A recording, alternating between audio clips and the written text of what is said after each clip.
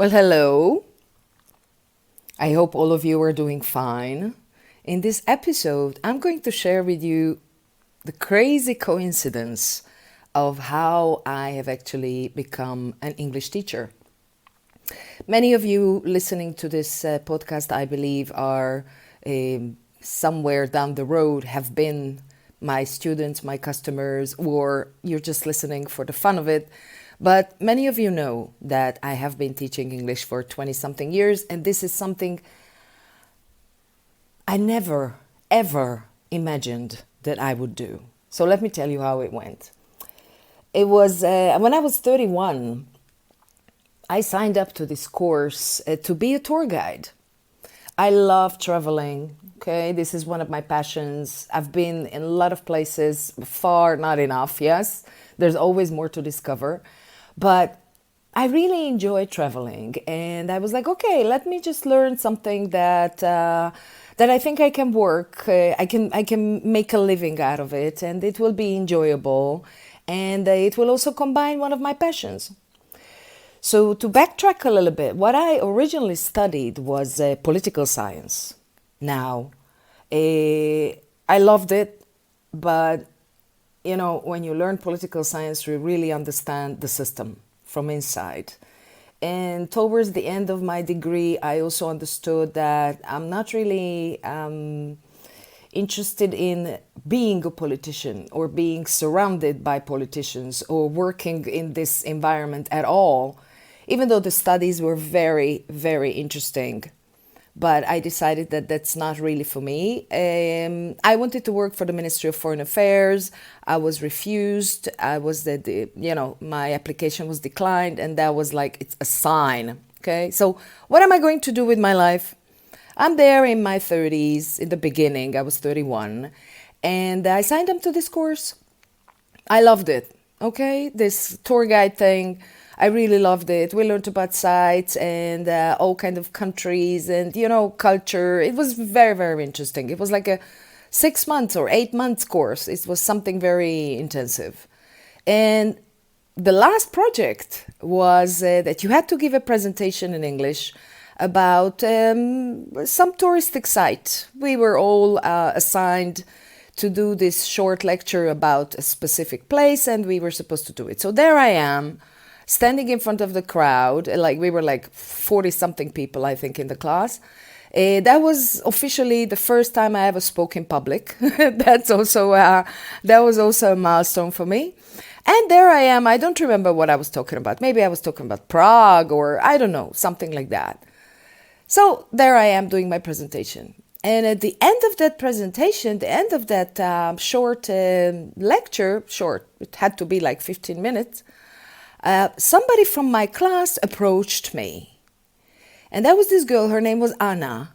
And apparently she was working for one of the biggest language schools. And she offered me a job. And I was like, what do you mean teaching English? I never even thought about it. It never crossed my mind. When I was at the university, I did a little bit of tutoring in exchange for some kind of scholarship. That was like part of my deal.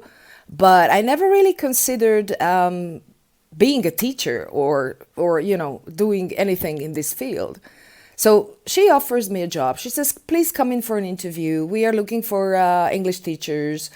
They were mostly working with the big government agencies, the ministries, the big institutions, the banks. They were more like not necessary for the private sector. Okay, that's what I'm trying to say.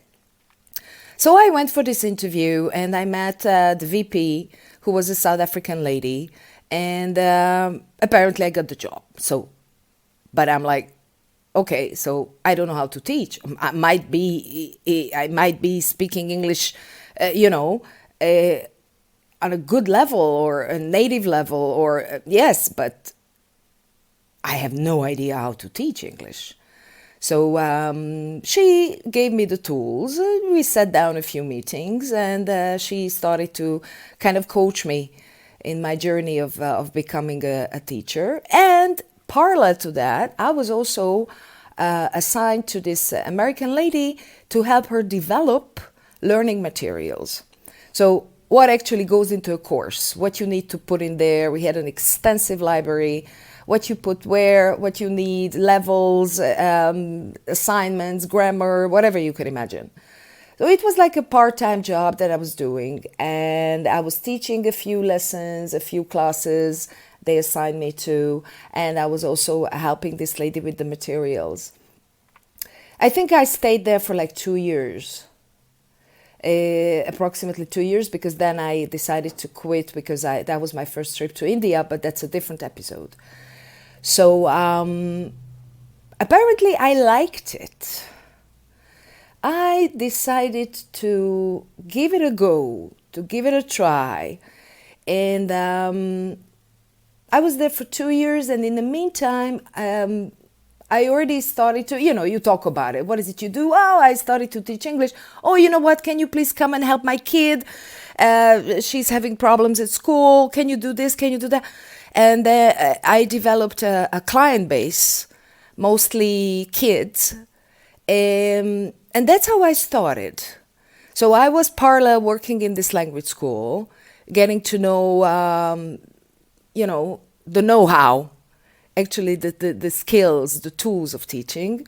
And I started to work with kids in parallel. And I really loved working with kids because you need to sit with them one-on-one.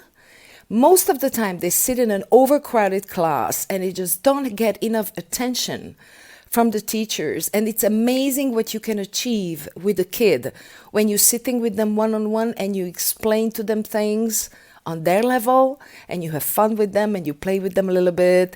And I just love to see their progress and how extremely fast they learn, and they kind of close the gap that they previously had with their class.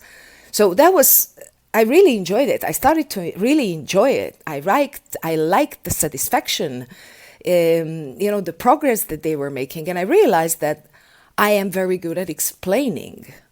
I am very good at, teaching a language is very different than teaching other things, because it's like, it is teaching, yes. It has rules, it has tools, it has skills, it has, basics like the grammar, the lingo, the parts of the game, how you put the words together and so on and so on. But it is different because it is communication at the end of the day. So I really liked it. And apparently I was good at it. So I started to kind of branch out and, let's go start work with adults also. I mean, if I can do it with kids, why not start and give it a try with some adults? And you remember in that language school, I was working with mostly government people, government institutes, the big companies. So they reached out to me. The individuals, that there was somebody sitting in the class and she said, oh, you know what? Okay, we finished the course. Can we continue meeting? And can you, help me catch up with my speaking skills, or I have something to prepare. So those were my baby steps in the field in those few years when I was getting to collect my toolkit.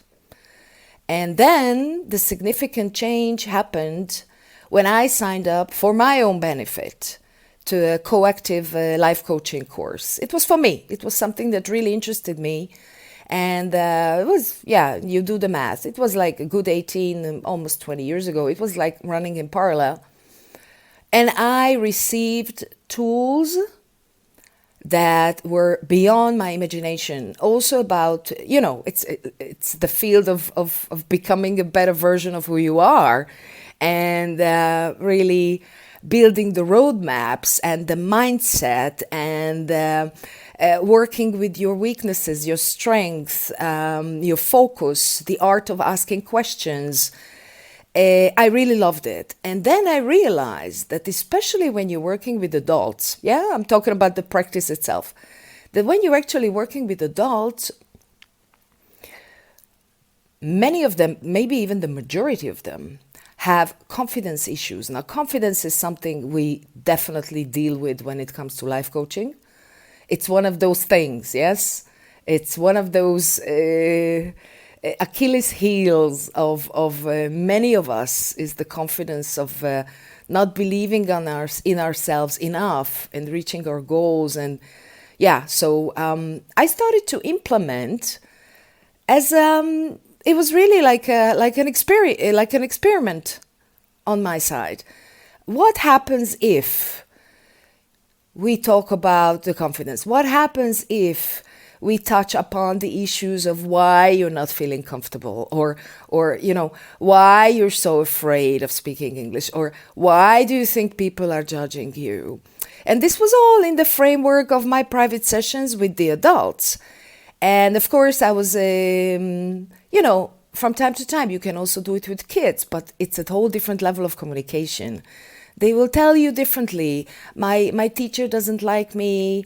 I feel that she's neglecting me. She's ignoring me. Oh, I don't understand. I'm ashamed to ask.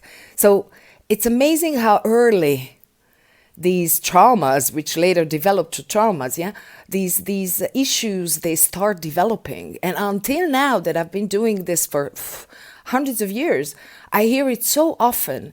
I have an issue with my English because when I was in school, I had a teacher who was like this and this and this. And since then, I just cannot stand it, or I'm not good at it, or these mantras, these sentences that we keep repeating, where do they actually start? Yeah, where do they come from?